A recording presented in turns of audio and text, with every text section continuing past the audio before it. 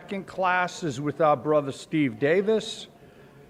The title is Walking with Jesus, and today's topic is courage. Brother Steve.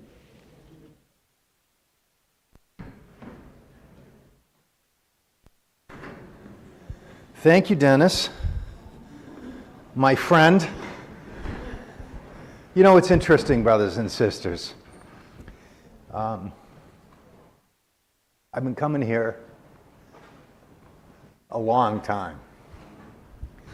And, you are my friends, my brothers and sisters, but it's been a tough week, as you know. My folks aren't well, and it's been a worry, and it's been so comforting to me to have your friendship and support and your prayers. And yesterday I mentioned Brother Bill Cadell. Bill was a wonderful man. He was the guy that told the story about a new Pharaoh arose who knew not Joseph, and he was that guy.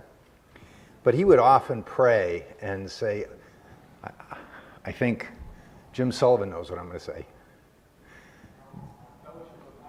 Yeah, fellowship in need. He would pray, we meet together in a fellowship of need.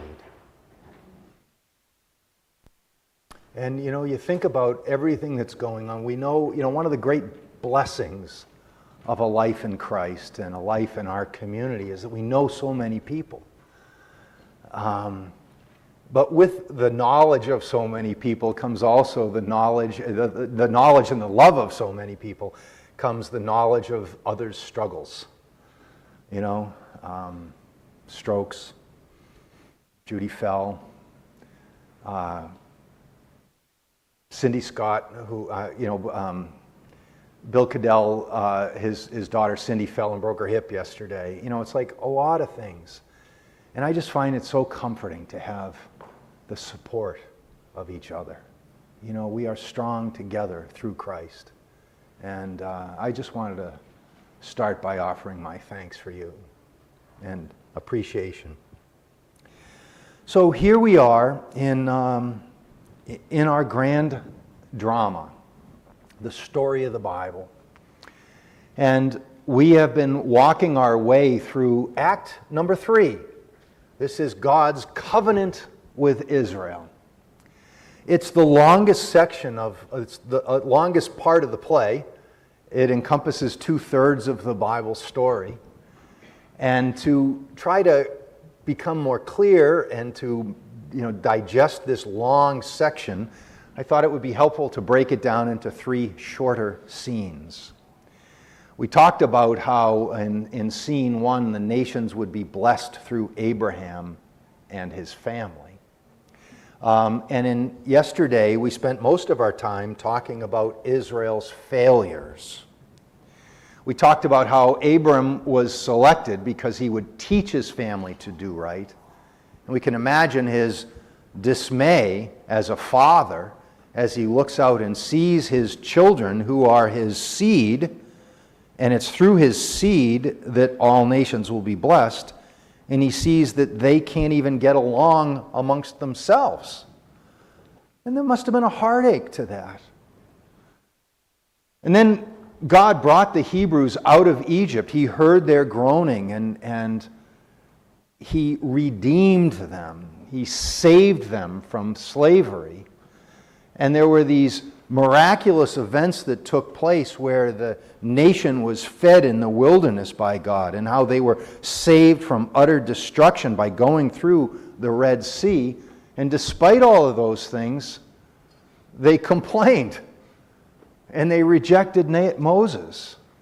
And then we saw how at Sinai, God offers them this amazing promise. He says, if you obey me and keep my commandments, you will be my treasured possession. You'll be my treasured possession. You'll be a kingdom of priests.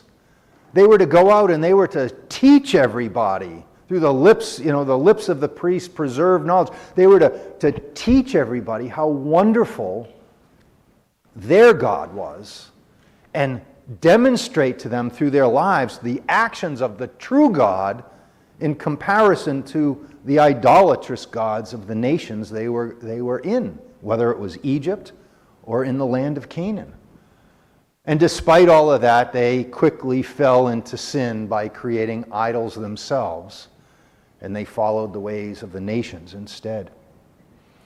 And the whole history of the kings of the people showed these, repeated errors, failures, missteps. And it eventually led to the destruction of Jerusalem and the captivity of the people. And most importantly, I would say, it led to the destruction of the temple and the removal of God's glory that once was there. First in the tent of meeting, where God and man dwelled together, and now it's gone. People come back from captivity as promised, but the glory's not there. And it was a devastating time for the people. And we began to look at this yesterday, and this is where the chasm between God's righteousness and our sinfulness is demonstrated so clearly. We feel it in our hearts sometimes. We know the good that we're to do and we don't do it, and we hurt. Sometimes we mistreat one another, or we ourselves are mistreated, and it hurts. And we see this chasm, this gulf, whether it's between Israel's unrighteousness and God's righteousness, or whether it's within our own sinfulness and God's righteousness. We know there is a gulf there. And it demonstrates all the more our sin, our failures. These things demonstrate all the more clearly the righteousness of God. Turn with me to Romans. And I'd like to look at Romans chapter 3, verses 5 through 9.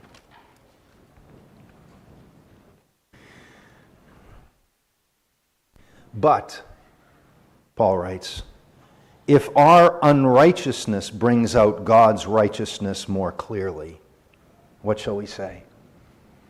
And I think that's the point. Our unrighteousness does illustrate God's righteousness more clearly. The contrast between the two is so clear that we can truly understand the glory of God. The glory of God is magnified when mankind sins because it gives him an opportunity to demonstrate his goodness. Remember, Moses said to God, "Show me your glory." And what did God show him? His mercy, his love. And when we struggle with temptation, brothers and sisters, when we struggle with sin, when we struggle with mistreatment by others or to others, and we recognize it as such, and we desire to live a different life, we declare that God's way is the right way. And in doing so, I truly believe that we can glorify God. When we say in our hearts, the way I am going is wrong, I want to live more like Christ, that glorifies God. He's glorified in our struggle against sin because we're acknowledging that His way is the right way. Turn with me to Galatians chapter 5. This is the chapter that describes the fruit of the Spirit. And it's an important chapter. It's a chapter that I think many of us know well. And I think what makes this chapter of the fruits of the Spirit so compelling to me is the contrast between the fruits of the Spirit and the fruits of flesh. Verse 19. The acts of sinful nature, serpent-like thinking, carnal thinking, they're obvious. I'm reading from the NIV. Sexual immorality, impurity, debauchery, idolatry and witchcraft, hatred. What about this one? Discord, jealousy, fits of rage, selfish ambition, dissensions, factions. These are the works of the flesh.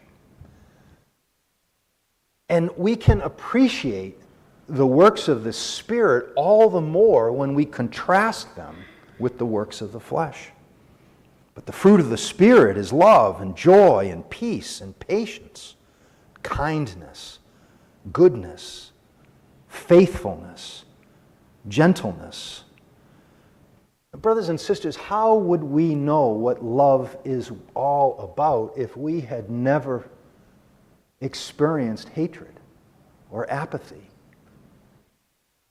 How would we know what it is to be long-suffering if we'd never suffered? And so when we look to the nation of Israel and see their repeated failures, we can in turn look to ourselves and see our own failures. And when we desire to change, God is glorified. The whole of this act, this scene in the third act, shows the failures of the nation.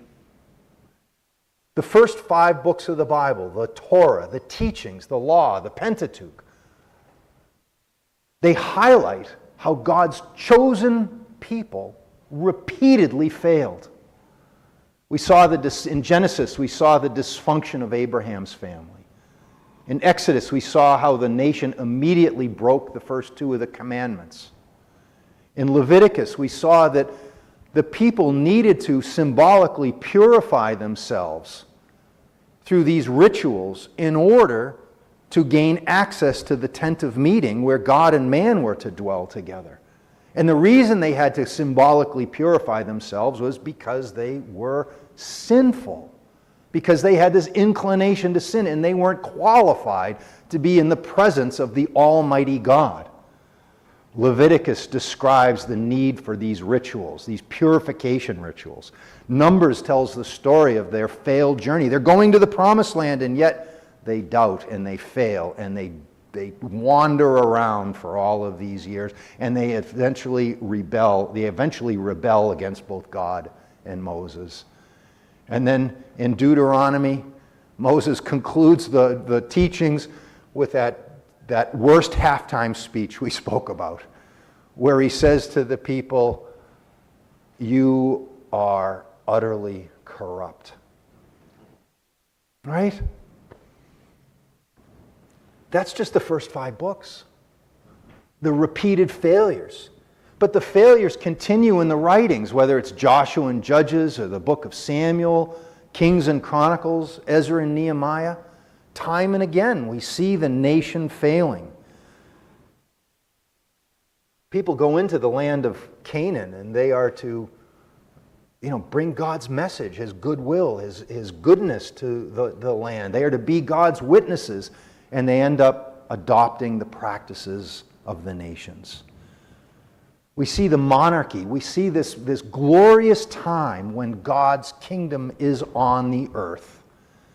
David is on the throne, and for the first time, the nation of Israel is independent and at rest from their enemies.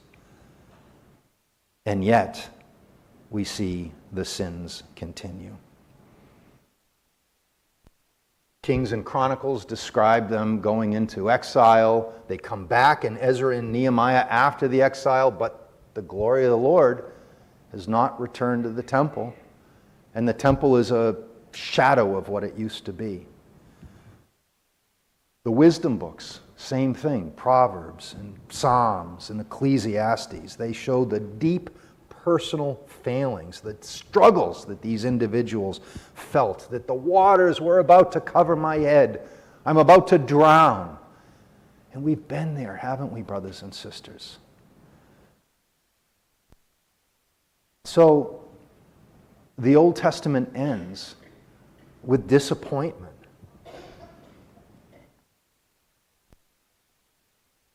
But soon, the Bible begins to develop this idea of a coming Messiah. When they look at themselves, they realize how utterly corrupt they have been. They look at, we can look at Paul, and considers himself the chiefest of sinners, and we look at ourselves and think, what hope is there? But this wasn't a surprise to God. God knew all along that mankind would fail. When Adam and Eve rejected God in the garden, it wasn't a surprise to God. He had a plan from the beginning.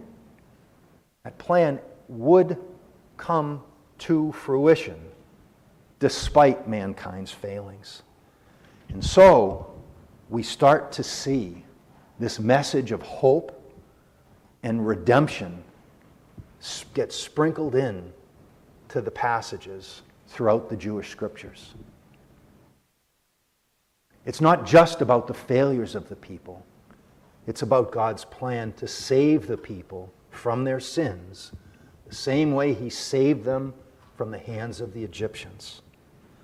Whether it's the teachings in the first 5 books, whether it's the story of the conquest as they came into the land of Canaan, or the time they were united under King David, even after the division where Israel and Judah divided, and the exile, and after the exile.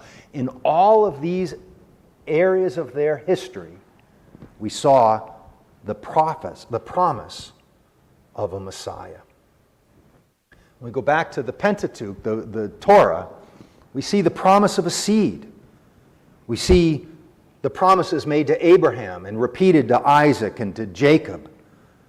We see that the seed will come from the royal line, and that the promises that there was a promise of a prophet like unto Moses. These things start to germinate. And I apologize for bringing up these passages that are so well known to many of us, but I'm trying to sort of stitch together with this thread the hope that was first placed in the minds of these people. And I think we need to remember, brothers and sisters, that for us, with 21st century eyes and the benefit of hindsight, we can look at these passages and say, oh, of course, Eve is going to have a seed, and the seed will crush the serpent's head.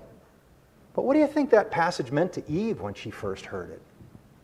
How did she understand it? What was it like when Eve experienced the rumblings in her belly when she first became pregnant? Like, this would have been a novel thing. She would have had no idea what was happening to her. And then she experiences the pain of childbirth, not having had anyone ahead of her to have coached her through it. It must have been a terrifying experience for her.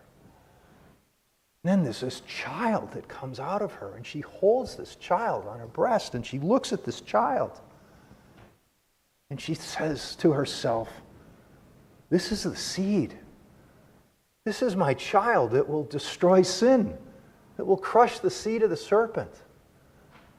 We're going to expand on that thought later on. But for us, we look at these stories. We look at these promises, and they're all worked out for us. But as these messages were delivered to the original hearers, the original readers of these things, it took years of contemplation, I would think, for them to understand what it was all about. I will put enmity between you and the woman, and between your seed and hers. He will crush your head, and you will strike his heel. That's the first hint of the Messiah to come, the anointed one who will save the earth, save the world from sin. And then as we go on, we see this idea of a Messiah begin to germinate more. We get more details. The seed of Abraham, in your seed all the nations of the earth will be blessed. All the earth will be filled with the glory of the Lord. And it's through Israel that this will happen. But it's the same thing that God wanted from the beginning. Go forth and multiply. Be my image bearer. Carry my message across the land. Israel was to be God's witnesses, and it was through Abraham, his seed, that all nations of the earth would be blessed. And then we find out that the Messiah will come from the royal line of Judah. And then we hear that there will be a prophet raised up from Moses. And these things we start to understand through the benefit of hindsight, through the benefit of contemplation and prayerful study. But it would have been something for these people to discover it as they were spoken, as these things were promised. Then we come from the teachings to the stories of the conquest. And there's not a lot of information in this section of the Jewish history about the Messiah. I think you could look to the book of Ruth and you could see the story of the kinsman redeemer, and you could see how this nearer relative was the one that would save the people. And we can look to that and say, okay, in hindsight, we can certainly understand how Jesus is the kinsman redeemer. And I think that there is a lesson for us there, brothers and sisters, and that is sometimes when things are going well, we tend to just focus on what's going well. And we don't need the Messiah to come and save us from our sins because life is good. And that can be a danger. Brother Benoit spoke last night about how the gospel is so well received in the camps. And we go out and ask our neighbors, do you have 5 minutes? And it's a different story, perhaps. So we see this idea that the Messiah is coming both in the teachings, we see it in the story of Ruth, we see it certainly expand in the kingdom age when Israel was at rest from their enemies. We have the promise to David, and we have all of these wonderful messianic psalms. We'll just highlight 3 of them. The first, of course, was the one that we read the other day in 2 Samuel chapter 7, where David is promised that when your days are fulfilled and you lie down with your fathers, I will raise up your seed after you, who shall come from your body, and I will establish his kingdom, and he shall build my house for my name, and I will establish the throne of his kingdom forever. And David sees his son Solomon and perhaps wonders as he prepares himself to die. Psalm 72, give the king your justice, O God, and your righteousness to the royal son. May he judge your people with righteousness and your poor with justice. And here we see the character of the Messiah, who will have dominion from sea to sea, from river to the ends of the earth. He'll deliver the needy when he calls the poor, and him who has no helper. He'll has pity on the weak and the needy, and saves the lives of the needy. May his name endure forever, his fame continue as long as the sun. May people be blessed in him. All nations be blessed in him. Once again, brothers and sisters, it's God's plan coming to fruition despite mankind's sin, that all nations of the earth will be blessed, that God's glory will cover the whole earth. Of course, Psalm 110, which is the Old Testament verse that's quoted in the New Testament more than any other. When the kingdom is divided, we see the prophets begin to speak. Isaiah offered a number of prophecies. I have a bunch of them listed there. We'll look at one of them. Let's take a look at Isaiah 9. For unto us a child is born, unto us a son is given, and the government shall be upon his shoulder. His name shall be called Wonderful Counselor, Mighty God, Everlasting Father, Prince of Peace. Of the increase of his government and peace there will be no end. On the throne of David and over his kingdom, to establish it and uphold it with justice, with righteousness, from this time forth and forevermore. Now remember, these words are being spoken during this period after David's united kingdom. And God, during this period of time, is sending his prophets out, telling the people to turn back to Yahweh, telling the people and warning the people that should they not turn back, that they will be carried off into captivity. So how did the first hearers of this messianic message respond when not only was the United Kingdom divided, but when the Assyrians came in and took their kings away. Or later the Babylonians came in and took the people and their kings away. I thought this promise was that David would have a son who would reign forever and his throne would not, and it's come to an end. Starting to see the tension here, right? I mean, we, through the benefit of hindsight, can say, oh, okay, well, we saw how that worked out. For them, it would have been hard. The time of the exile, we had the messages from Ezekiel and from Daniel. We'll just take a look at one of them now. I will save my flock. They'll no longer be plundered. I'll place over them one shepherd, my servant David. I mean, David has long since died at this point. But now they're starting, I think, to see the message of the Messiah expand. They're starting to fill in the details, starting to understand. He'll tend them and be their shepherd. Yahweh will be their God, and my servant David will be a prince among them. They know that David has died. They know this must be referring to his son. Then after the exile, we continue to see the promises. Zechariah, Malachi made promises. Let's take a look at Malachi. I'll send my messenger who will prepare the way before me. Then suddenly, the Lord you are seeking will come to his temple. The messenger of the covenant whom you desire will come, says Yahweh Almighty. You know, this must have been a hard time for the nation of Israel. You know, they went into captivity in Babylon, and Jeremiah told them that they would be there for 70 years. Cyrus comes and miraculously allows the people to return, and they come in dribs and drabs back to Jerusalem. The city lay dormant for 70 years. And as they come back, you know, they've been told by their parents and grandparents of the majesty of the temple and how wonderful Jerusalem was. And there, up on the hill, are broken down walls, are ruins of homes, temple that had been burned with fire. Must have been a huge disappointment. Then they work and they build it up and they get it back. And of course the old people look at it and know that it's nothing like the original one, but the younger people have worked together, they're pleased.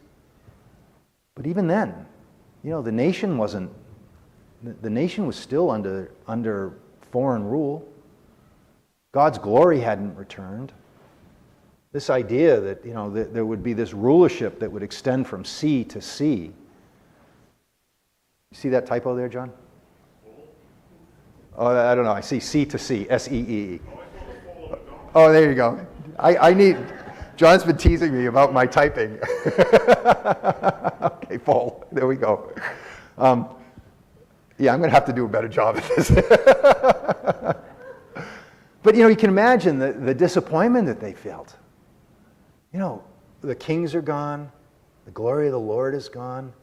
All of these things that have been promised. I mean, we, again, with 21st century eyes, we can look back and just take great confidence in this. But, you know, again, what was it like for Eve when she's been promised that this child of hers will be the salvation of the world, that this child will crush sin? You know, she experiences the birth of a child for the first time in human history. I mean, what a scary, terrifying thing that must have been. And then she experiences the joy of a living being that's sitting skin to skin. She watches that child's nostrils breathe, hears that child cry, and has that child nurse. And she's looking at this baby with just love, and she's thinking that this child will be the one. And she has another child. And then she sees these boys grow up together, and all of a sudden there's like fighting. contention, jealousy, discord. Not the fruits of the Spirit, the fruits of flesh, the inclination to sin. And this child that Eve thought would be the one that would crush the head of the serpent ends up crushing the head of his brother. What utter disappointment. What devastation. You know, and as parents, we can look at our children and we can sometimes be saddened by the choices that they make in life. But brothers and sisters, our God was comfortable enough to allow Adam and Eve to choose the way that they should go.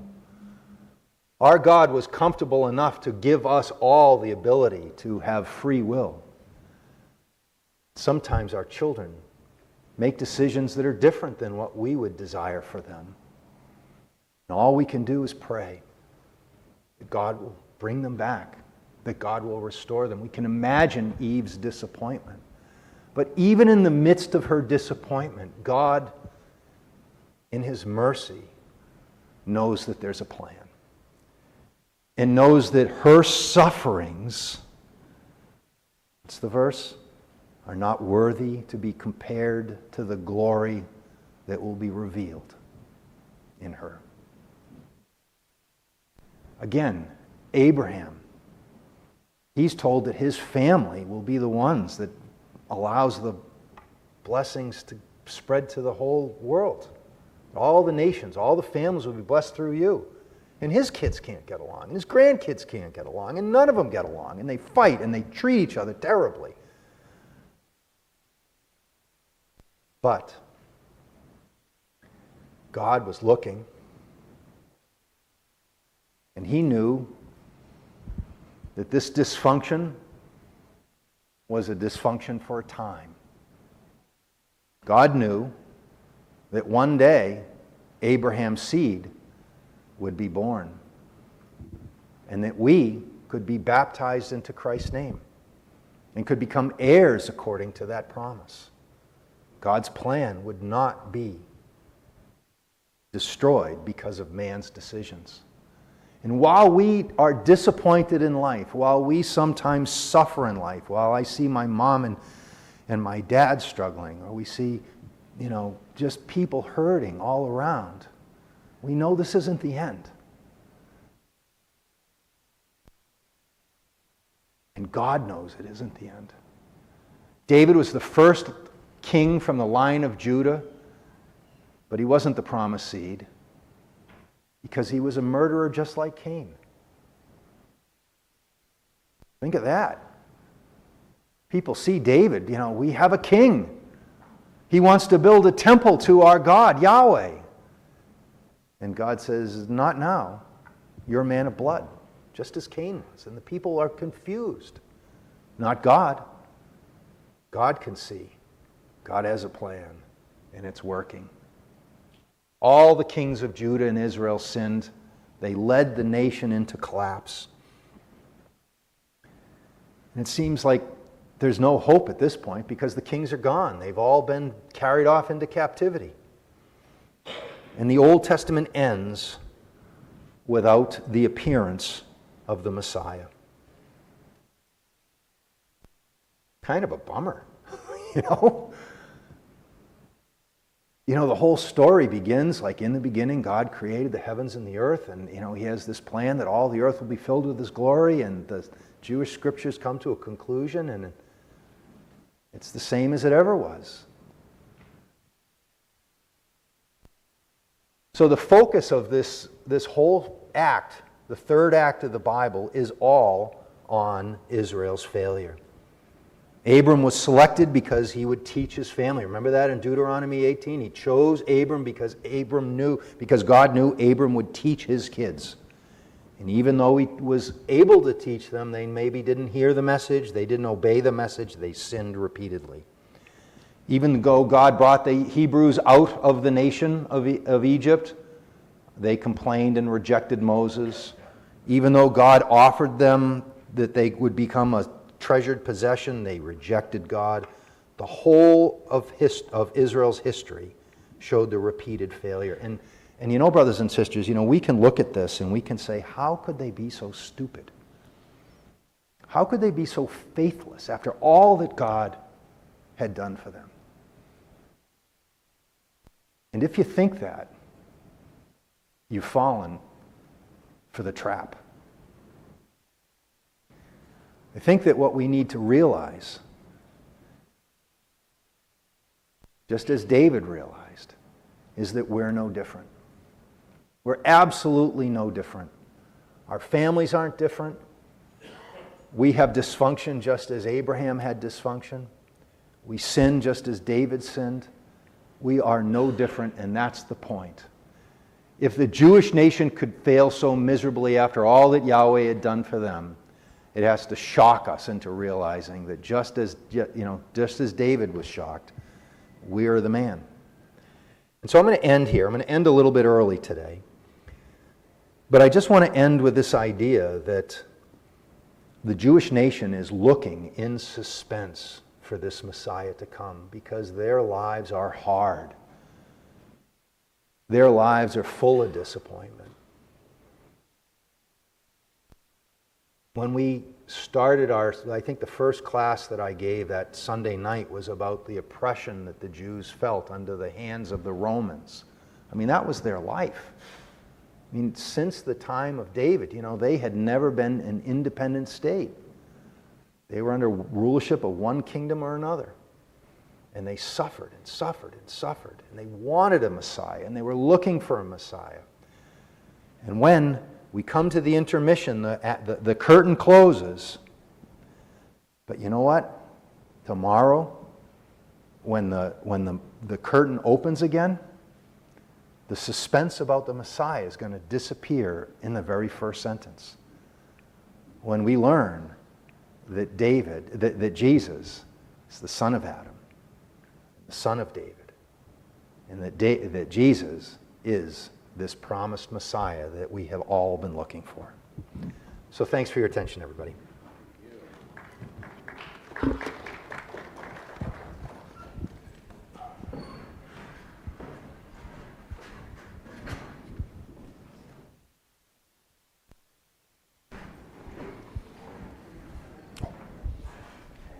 Thank you, Brother Steve. All right, we have about 20 minutes, so be in your seats by just before 11 o'clock. Thank you. If I run up to the team class, I can probably interrupt Tyrone. Oh, you're live. I've got to stop saying stupid things.